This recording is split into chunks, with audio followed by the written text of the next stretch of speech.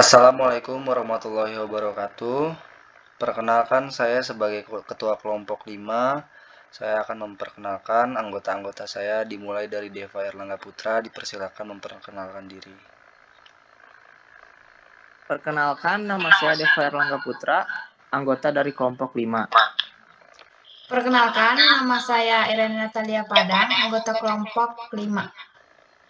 Perkenalkan, nama saya Muhammad Iqbal Firdaus dari kelompok 5. Perkenalkan, nama saya Sina Nurbianti dari kelompok 5. Salam sejahtera untuk kita semua. Puji syukur atas nikmat yang Tuhan limpahkan sehingga kita dapat berkumpul dalam keadaan sehat pada hari ini.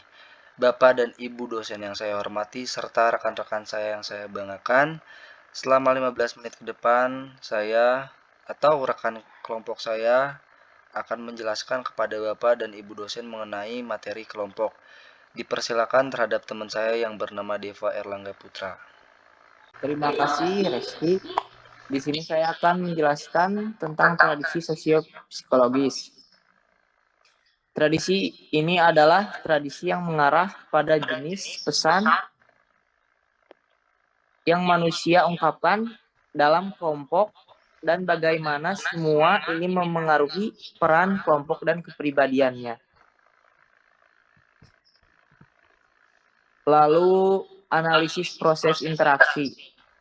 Analisis proses interaksi Robert Gales adalah hal yang klasik yang di bidangnya menggunakan penelitian bertahun-tahun sebagai fondasi yang bertujuan untuk menjelaskan pesan yang manusia tukar dalam kelompok.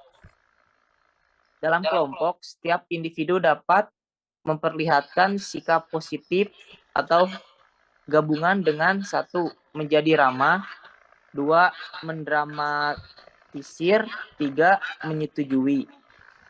Mereka juga dapat menunjukkan sikap negatif atau sikap campur aduk dengan 1. Penolakan, 2. Memperlihatkan ketegangan, atau 3. Menjadi tidak ramah. Lalu teori Bales mencakupi 2 kelas dasar. Yang pertama mencakupi perilaku emosi sosial atau sosial emosional seperti kelihatan marah, menunjukkan ketegangan. Lalu yang kedua perilaku tegas atau test behavior disajikan oleh saran, opini, dan informasi. Lalu contoh dari tradisi sosiopsikologis yaitu berpikir, membuat keputusan, dan juga proses menggunakan simbol. Selanjutnya akan dibacakan oleh Silmi.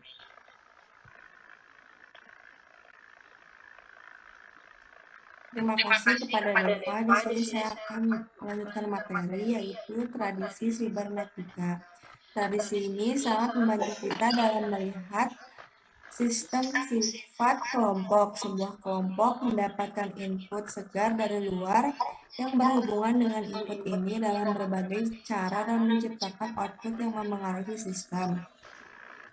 Di dalam tradisi sibernetika ini ada beberapa teori. Salah satunya teori kelompok terpercaya. Pada kenyataannya, kelompok tidak terpisah dari lingkungan yang besar. Kelompok terpercaya adalah sebuah peristiwa alamiah. Kelompok terpercaya ini memiliki karakteristik, yaitu batasan yang dapat ditembus dan mereka saling tergantung dengan lingkungan. Didefinisikan sebagai di dalam kelompok atau di luar kelompok. Terkadang tidak jelas, selalu tidak tetap, dan sering berubah. Di saat yang sama, jika memiliki sebuah kelompok tanpa suatu batasan, artinya kelompok tidak memiliki ide tersendiri dalam hubungannya dengan sebuah lingkungan, tetapi batasan selalu dapat dirundingkan. Lalu ada contoh sibernetika. proses kebijakan oleh lembaga pemerintah di mana tradisi sibernetika dapat dijelaskan. Terdapat proses sosialisasi untuk mendapatkan feedback dari publik sebelum suatu kebijakan ditetapkan secara permanen. Dilanjutkan oleh Irena.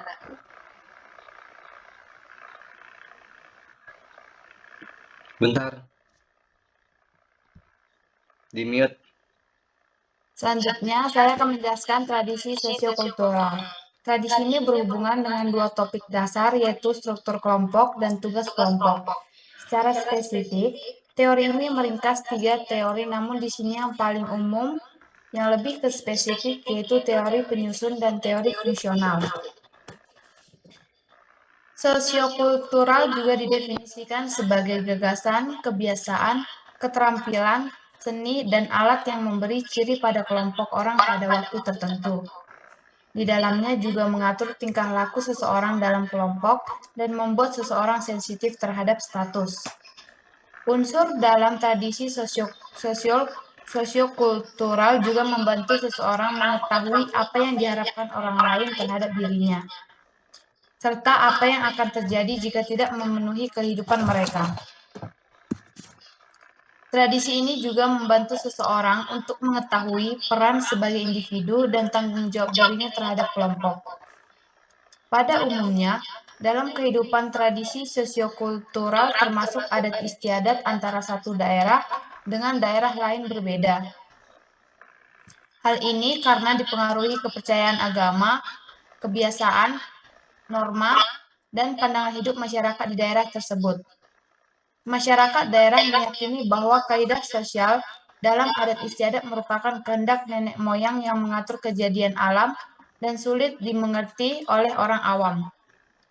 Penerapan hukum adat pada tradisi sosiokultural ini di Indonesia adalah penerapan hukum adat yang sampai saat ini masih dipegang teguh oleh masyarakat adat. Adapun salah satu teori yang termasuk dalam tradisi sosiokultural yaitu teori penyusunan. Seperti halnya tindakan pelaku komunikasi dengan strategis menuruti peraturan untuk meraih cita-cita mereka, mereka tidak menyadari bahwa mereka secara berkesinambungan menciptakan kekuatan yang kembali mempengaruhi hubungan peran kelompok dan lembaga kemasyarakatan yang mempengaruhi dan dipengaruhi oleh tindakan sosial. Struktur ini menyediakan aturan bagi individu sebagai petunjuk tindakan mereka, tetapi tindakan mereka menciptakan aturan baru dan memperoleh lagi yang sudah lama. Interaksi dan struktur hubungan sangat dekat oleh Jonas Ellis menyebutkan mereka sebagai jalinan kesatuan. Dengan kata lain, kita bertindak dengan bebas untuk menyelesaikan niat kita. Yang kedua, keseimbangan masuk kelompok keluar kelompok ditentukan oleh jumlah anggota kelompok yang mewakili budaya berbeda. Yang ketiga, keluasan tugas kelompok adalah kooperatif atau kompetitif. Yang keempat, perbedaan status. Jika budaya digambarkan dengan kelompok yang memiliki sebuah sejarah penuntasan konflik yang baik, penggambaran di antara budaya adalah seimbang. Sifat tugas kooperatif dan anggota memiliki status lebih atau kurang setara, kemudian mereka cenderung akan berkomunikasi dengan efektif. Adapun contoh dari tradisi sosiokultural yaitu penerapan hukum adat yang sampai saat ini masih dipegang teguh oleh masyarakat adat. Salah satu contohnya dapat ditemukan pada warisan di Bali. Masyarakat Pulau Dewata menganut paham agar memprioritaskan laki-laki dibandingkan perempuan. Jika diterapkan dalam pembagian warisan, misalnya kaum perempuan tak memperolehnya.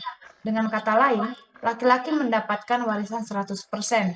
Namun, hukum adat ini sudah berubah sedikit, melainkan perempuan bisa mendapatkan warisan. Dengan ketentuan, masih menganut agama Hindu pada saat menerima warisan. Selanjutnya akan dijelaskan oleh rekan kami, Iqbal Firdaus. Tradisi kritis. Dalam tradisi kritis, sebuah kritis tokoh pada kelompok kecil berasal dari pemikiran feminis, mulai dengan pembeda dasar antara tugas dan usaha emosional.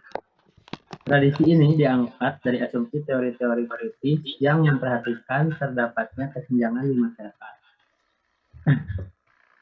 Tradisi ini dapat menjelaskan baik bentuk komunikasi antar personal maupun komunikasi di media.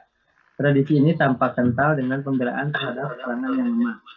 Komunikasi ini diharapkan berperan dalam transformasi masyarakat yang lemah.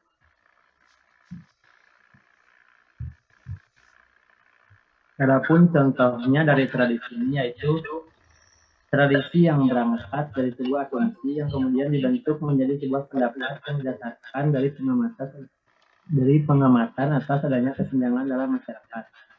Jika dalam proses komunikasi terdapat dominasi sebuah kelompok yang kemudian mengintimidasi kelompok yang lainnya.